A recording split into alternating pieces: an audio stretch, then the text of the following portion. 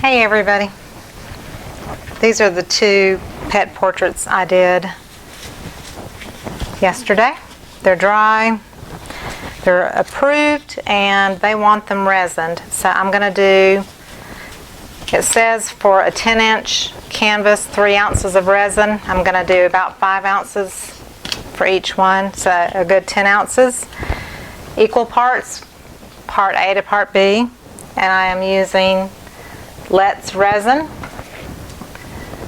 I did it on the last, I did a little geode kind of shape and loved it, so I'm going to use it again. Again, the key thing for this is to do equal amounts. These are 5-ounce cups, so I'm going to pretty much fill them up.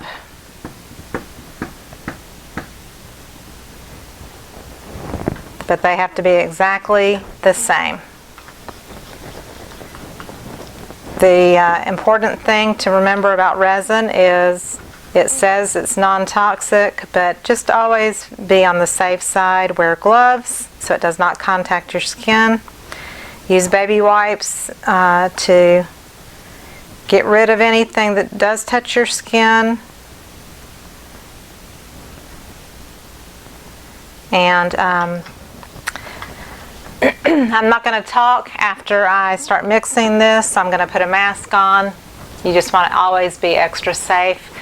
Even when you're mixing, there's little minute bubbles that float up that you do not see in the air, and it can still go into your nose, your eyes. People have reactions.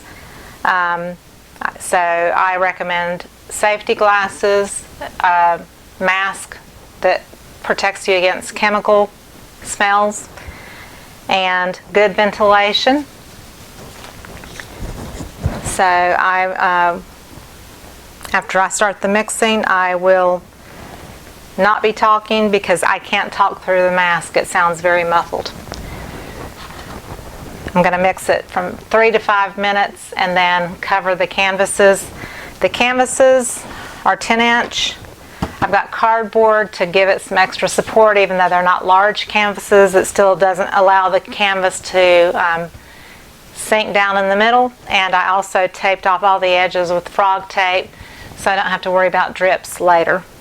And then I've got a table set aside where they're on a table raised up so that the drips, they're not laying in their drips, and then you cover them so that no hair or dust, fur, anything like that lands in it.